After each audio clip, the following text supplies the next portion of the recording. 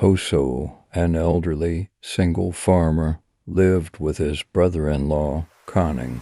One rainy night, while resting, he decided to go out and catch frogs for food. His nephew's wife, Itang, became worried when Hosso didn't return after an hour. Hosso eventually returned, boasting about his large catch. He cooked and ate the frogs, but soon began to scream in pain and vomit. His nephew, Rehawk, discovered that the frogs were poisonous. They tried to help Hosso with sugar and milk and rushed him to the hospital, but the doctors found nothing wrong. Someone advised them to take Hosso to an albularyo shaman because they suspected he might be possessed. The albularyo placed a white pigeon on Hosso's forehead, and he recovered his sanity and health. The albularyo said that Hosso needed to become an albularyo himself for a complete recovery. Reluctantly, Hosso became an albularyo, treating sprains, unusual fevers, performing exorcisms, and other shamanic tasks.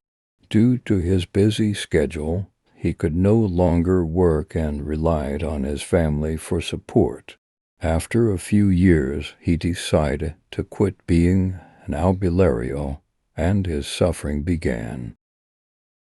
First, he became ill and couldn't eat properly, then he would vanish. Hosso's relatives consulted other albularyos, who advised them to make loud noises near the rice field to release him. They followed their advice and found Hosso sleeping in the middle of the field. Hosso was taken to different albularyos, but they all said that the only way for him to recover was to return to being an albularyo. His relatives tried to guard him, but he would still vanish. After several days, his dead body was found in the rice field. During the funeral, one of his relatives found a notebook he had written. It contained the following: "If you're reading this, I'm no longer here. On the rainy night when I caught frogs, I accidentally stepped on one that was possessed.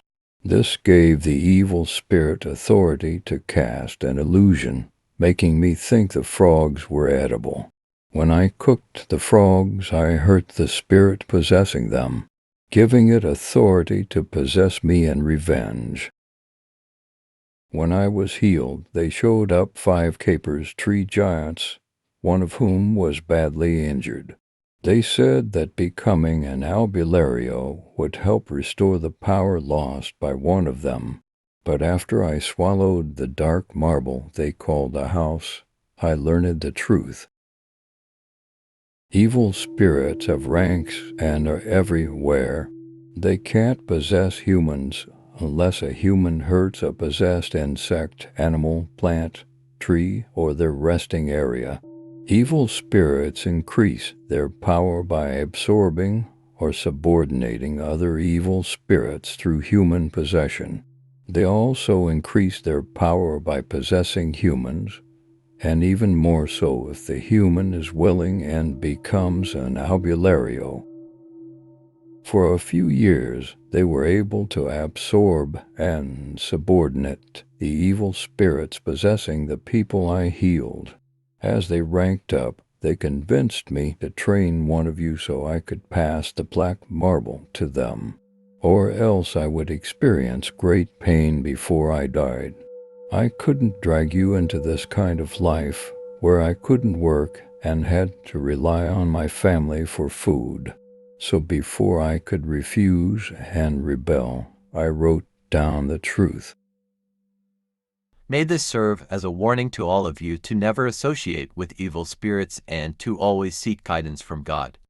The story of Hosso highlights the dangers of dabbling in the occult and the importance of turning to faith for protection and healing. Remember, there is power in prayer and the presence of God in our lives.